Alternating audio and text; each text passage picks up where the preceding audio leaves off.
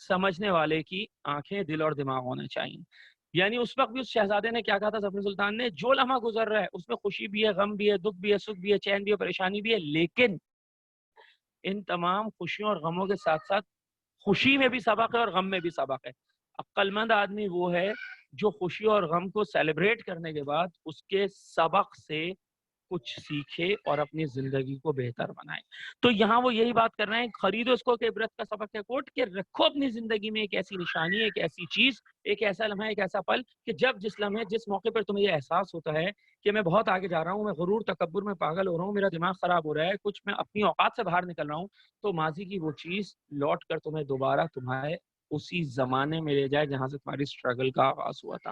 اپنی زندگی میں ہر حال میں کچھ نہ کچھ ایک ایسا ضرور شامل رکھو جو تمہیں آگے سے آگے بڑھنے سے نہ روکے بے شک، لیکن تمہیں ماضی کی کوئی بھی ایسی بات جو تمہارے دماغ سے نکل گئی ہے، جب وہ پرچہ، وہ کتاب، وہ کہانی، وہ ٹکڑا، وہ لباس، وہ کوئی بھی چیز ایسی ہو جو تمہیں تمہارے ماضی کی یاد دلا سکے، جو تمہیں احساس دلا سکے آج تم سفر کرتے کرتے کرتے کرتے بے شک آسمان کی بلندیوں کو چھو رہے ہو، کیا پتا بلندیوں کو چھوتے چھوتے تم مغرور اور متکبر تو نہیں ہو رہے. تو ایسے میں یہ پرانی یاد، پرانی سبق، پرانا خریدا ہوا کوٹ تمہیں تمہاری اوقات، تمہاری حیثیت، تمہارا مقام و مرتبہ یاد دلائے گا. تمہیں یاد دلائے گا کہ میں کون تھا، کہاں تھا، میں نے کہاں سے سفر کا آغاز کیا تھا اور آج میں کہاں آ کر کھڑا ہو چکا ہوں. ٹھیک ہے جناب، یہاں تک یہ ٹاپک مکمل ہے. ذرا 1-2 منٹ مجھے اور دیجیے گا، اس کے بعد جس نے لیو کرنا ہو وہ لیو کر سکتا ہے. میں ویسے بھی خود میں کہہ دیتا ہوں جب لیو کرنا ہو. یہاں تک ہمارا ٹاپک مکمل ہے. اب اگر کوئی بات، کوئی چیز، کوئی سوال ہے تو پہلے وہ کر لو، نہیں تو پھر میں اپنی بات مکمل کر کے اگلے 1 سے 2 منٹ میں پھر میں آپ کو اجازت دے دوں گا کہ لیو کرنا چاہیں تو کر سکتے ہیں. کوئی بات پوچھنی ہے؟ سب یہ نظم کے مرکزی خیال کے لیے ہے، لہٰذا جب آپ پریپریشن کریں گے تو مرکزی خیال کے لیے کیجیے گا. ٹھیک ہے، نظموں کا صرف مرکزی خیال کرنا ہے اور کچھ نہیں کرنا. اور مجھے اللہ کی ذات سے بڑی حد تک امید ہے انشاءاللہ کہ اگلا آنے والا ہفتہ شاید، امید انشاءاللہ ہمارا آخری ہفتہ ہوگا جو کہ ہمارا بیٹا ٹھیک ہے، جو بھی سوال ہے آپ پوچھ لو بیٹا چیٹ میں آ کے. امید یہی ہے کہ اگلی ہماری انشاءاللہ جمعرات کی کلاس جو ہے وہ ہماری آن لائن آخری ہوگی اللہ نے چاہا، اور اس کے بعد جو ہے ہم لوگ اپنی فزیکل کلاسز پر انشاءاللہ آ جائیں گے. ٹھیک ہے جی. تو اس دوران اگر کوئی بچے، مجھے نہیں پتا آج 32 بوائز گرلز کے قریب ہے، تو اگر کوئی ایسا ہے کہ جس نے ابھی پچھلے ہفتے میں 1-2 ہفتے میں کلاس جوائن کی ہے، تو پیچھے جتنے بھی لیکچرز ہیں سارے ریکارڈ ہیں ڈے 1 سے. آپ آفس فون کر کے جو مس لائبہ وہاں ہوتی ہیں، سر عزیر جو ہوتے ہیں، ان سے آپ معلوم کر کے لیکچرز لے سکتے ہیں. دوسری بات، اگلے ہفتے میں ایک ٹاپک شروع کروں گا جو ہے خط اقبال پیج نمبر 88 پر. اب اگر آپ لوگوں کے پاس کتابیں موجود ہیں تو آپ وہاں کتاب میں جا کر دیکھ سکتے ہیں، اور نہیں ہے تو obvious میرے پاس اسکرین پر ہے، پر ابھی میں شیئر نہیں کر رہا، میں اس کو نیکسٹ ویک شیئر کر دوں گا. ہم خط اقبال شروع کریں گے. اقتباس کی تشریح کا ہمارا دوسرا ٹاپک ہے. ہم نے اس سے پہلے جو پڑھا تھا وہ جدید سائنس عصری تقاضے تھا، اور اقبال کے جو خط ہے یہ انشاءاللہ میں آئندہ ہفتے اس کا آغاز کروں گا، اور پھر اس کی اقتباس کی تشریح میں اقتباسات تم لوگوں کو مارک کرا دوں گا. یہاں تک میری بات آج کی مکمل ہے. ٹھیک ہے، اب جہاں تک بیٹا تشریحوں کی بات کی ہے، جس بچی نے یا بچے نے مجھ سے سوال کیا ہے، نہیں مہاد ہیں، تو بھائی اس کی تشریح یاد کرنے کی کوئی ضرورت نہیں ہے، اس کے صرف مرکزی خیال کرنا. شاید یا تو تم میری پہلی کلاس میں نہیں ہوگی جس میں میں نے انٹروڈکشن دیا تھا، میں نے اس میں سمجھایا تھا کہ نظموں کے تشریح کرنے کی ضرورت نہیں ہے. میرا ذاتی مشورہ ہوگا کہ مرکزی خیال کیجیے، اور انشاءاللہ جب تم لوگوں کا سیشن اینڈ پہ جا رہا ہوگا تب میں تم کو تشریح کا بھی ایک راستہ دکھاؤں گا.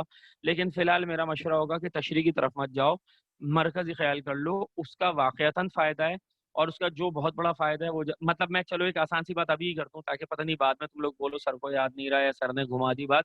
کہ 7 نظمیں، 7 میں سے 2 نظمیں نکال دو جو پچھلے سال، obvious اس سال تو پیپر ہی نہیں ہوئے، 19 کی 2 نظمیں نکال دو، تو اب تمہارے پاس بچی 5. اب اگر آپ 5 نظموں کے مرکزی خیال کرتے ہو تو یقیناً انشاءاللہ کوئی ایک نہ ایک لگ جائے گا.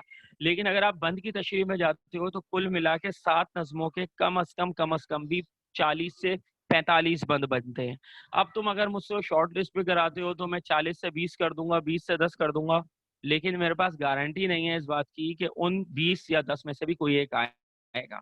لیکن اگر آپ 5 نظمیں کر لیتے ہو پچھلے سال یعنی 2019 کی 2 نظمیں چھوڑ کر، تو انشاءاللہ ایک نظم تو لگتی ہی لگتی ہے. اور مزید آپ کو ٹینشن ہے سر ہم نے 2 کیوں چھوڑے، تو ان میں سے ایک کر لو. اب اگر تم نے ایک قریب 7 میں سے 6 کر لی، صحیح ہے نا. اب اگر وہ 7ویں بالفرض کرو آ بھی جاتی ہے تو یہ 2 نظمیں ہوتی ہیں، 2 میں سے ایک کرنا ہوتا ہے، تو یقینی طور پر دوسری نظم وہ ہوگی جو تمہاری 6 میں سے پریپیئر ہوئی بھی ہوگی۔ تو ایک طرف 6 مرکزی خیال ہیں اور ایک طرف کوئی 20 25 40 50 کے قریب بند ہیں، تو کامن سینس یہی کہتا ہے